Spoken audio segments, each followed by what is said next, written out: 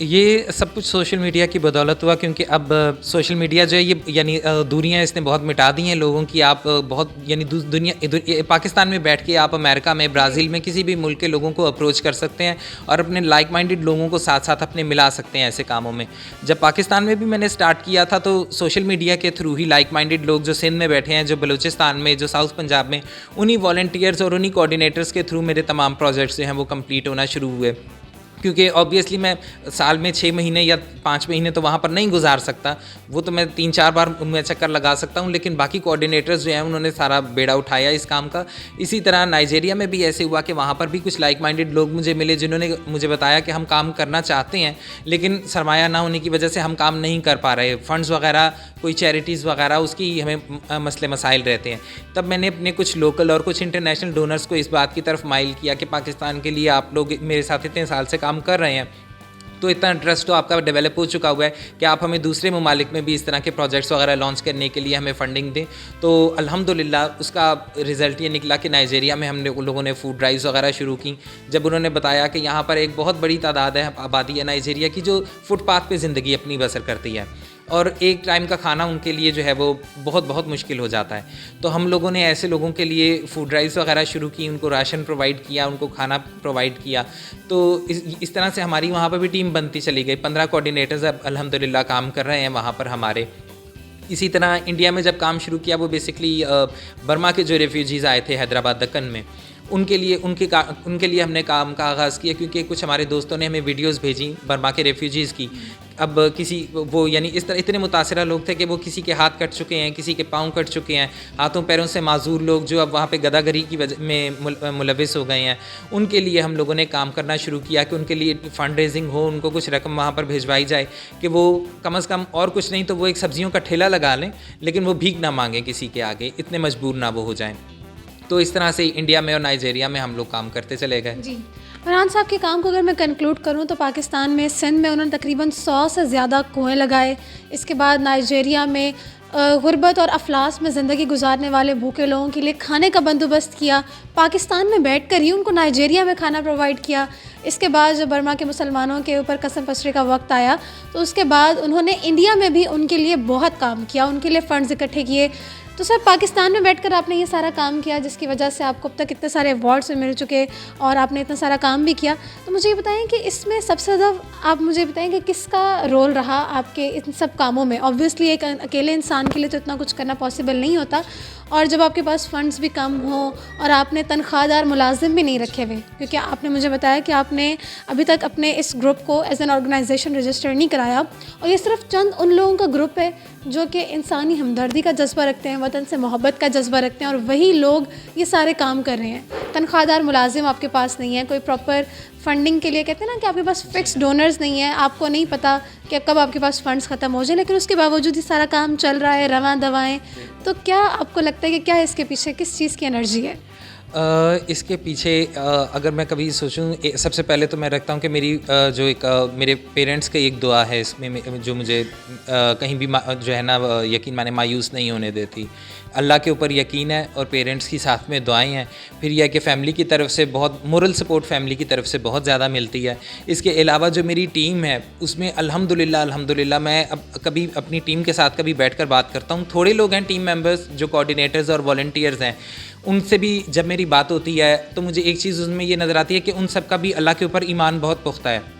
ہم کبھی ہمت یہ سوچ کے نہیں ہارتے کہ یہ پروجیکٹ پکڑ رہے ہیں، پتہ نہیں پیسے پورے ہمارے پاس ہو پائیں نہ ہو پائیں، یہ پروجیکٹ بیچ میں ادھورا رہ جائے. یہ جب کسی پروجیکٹ کو ہم پکڑتے ہیں سب سے پہلے ہم آپس میں یہی کہتے ہیں کہ ٹھیک ہے شروعات ہم نے کر لی ہے، مدد کرنے والی اللہ تعالیٰ کی ذات ہے، کمپلیٹ اس کو پروجیکٹ کو اللہ نے کرنا ہے. شروع ہم کر رہے ہیں، اس کا اختتام بہت اچھا ہو جائے گا اور اللہ بہت اچھا اس کو اختتام پذیر کرے گا اس پروجیکٹ کو. تو یہ اور دوسرا یہ کہ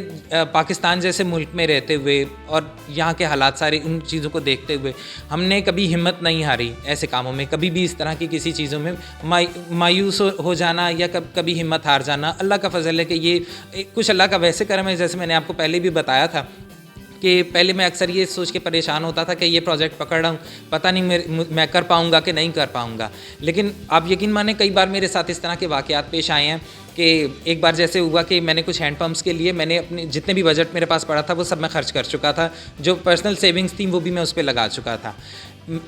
ویری نیکسٹ ڈے مجھے کے پی کے سے ایک ریکویسٹ آ گئی کہ بھئی ایک کچھ اسٹوڈنٹس ہیں, ان کے لیے ان کو ایک پرائیویٹ اسکول میں شفٹ ہم کرنا چاہ رہے ہیں, ان کی فیس ہے, ان کے سلیبس ہے, ان کے نئے یونیفارمز ہیں, ان کے لیے ہمیں اتنی اماؤنٹ چاہیے.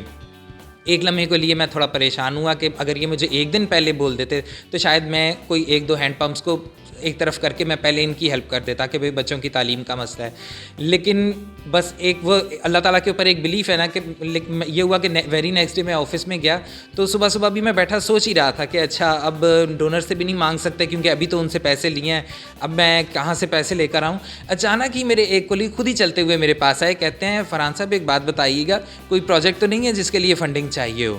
میں بہت حیران ہوا, میں نے کہا بالکل ہے تو صحیح, ایک ایسا پروجیکٹ ہے ابھی میرے پاس. تو انہوں نے کہا ٹھیک ہے, میرے پاس نا کچھ اماؤنٹ آئی تھی تو میں نے سوچا سب سے پہلے میں آپ سے پوچھوں, آپ کے پروجیکٹ بہت جینوئن ہوتے ہیں, آپ سے میں رابطہ کروں. تو آپ یقین کیجئے میں نے بہت شکر ادا کیا اپنے اللہ کا کہ ایک زندگی میں ایسے واقعہ آیا کہ یار کہیں شاید مایوسی جو ہے وہ اسے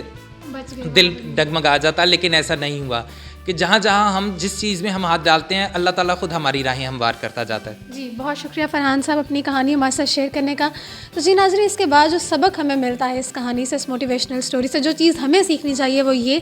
کہ دل میں صرف وطن سے محبت کا اور انسانی ہمدردی کا جذبہ رکھنا کافی نہیں ہے, بلکہ اگر آپ کی نیت اچھی ہے, صاف نیت سے آپ کچھ کرنا چاہتے ہیں تو اللہ تعالیٰ خود بخود آپ کے لیے راہیں ہموار کرتا چلتا ہے. اگر آپ اس کی ذات پر توکل رکھتے ہیں, اس پر یقین رکھتے ہیں اور اس اچھی نیت سے کسی بھی کام کا آغاز کرتے ہیں جو کہ انسانوں کی بھلائی کے لیے, دوسروں کی زندگیاں سنوارنے کے لیے ہے, تو یقیناً اللہ تعالیٰ بھی آپ کی اس میں مدد کرتے ہیں. امید کرتی ہوں کہ ہم سب بھی پوری کوشش کریں گے کہ ہم بھی اس معاشرے میں اپنے ملک کے لیے کچھ نہ کچھ کہیں نہ کہیں اپنا رول بھی کنٹریبیوٹ کرتے چلیں, چاہے وہ کسی چھوٹی سی جگہ پہ ہی کیوں نہ ہو, چاہے کسی نارمل سی جگہ پر ہی کسی انسان کی زندگی میں خوشیاں دینا ہی کیوں نہ ہو, لیکن ہم اپنا رول ضرور کنٹریبیوٹ کریں گے اور اسی طرح سے کہیں نہ کہیں کبھی نہ کبھی جا کر ہم ایک اچھے معاشرے کو بھی تشکیل دے پائیں گے. امید کرتی ہوں کہ آج کی موٹیویشنل سٹوری آپ کو بے حد پسند آئی ہوگی. اسی کے ساتھ مجھے دیجیے اجازت اور دیکھتے رہیے اردو پوائنٹ.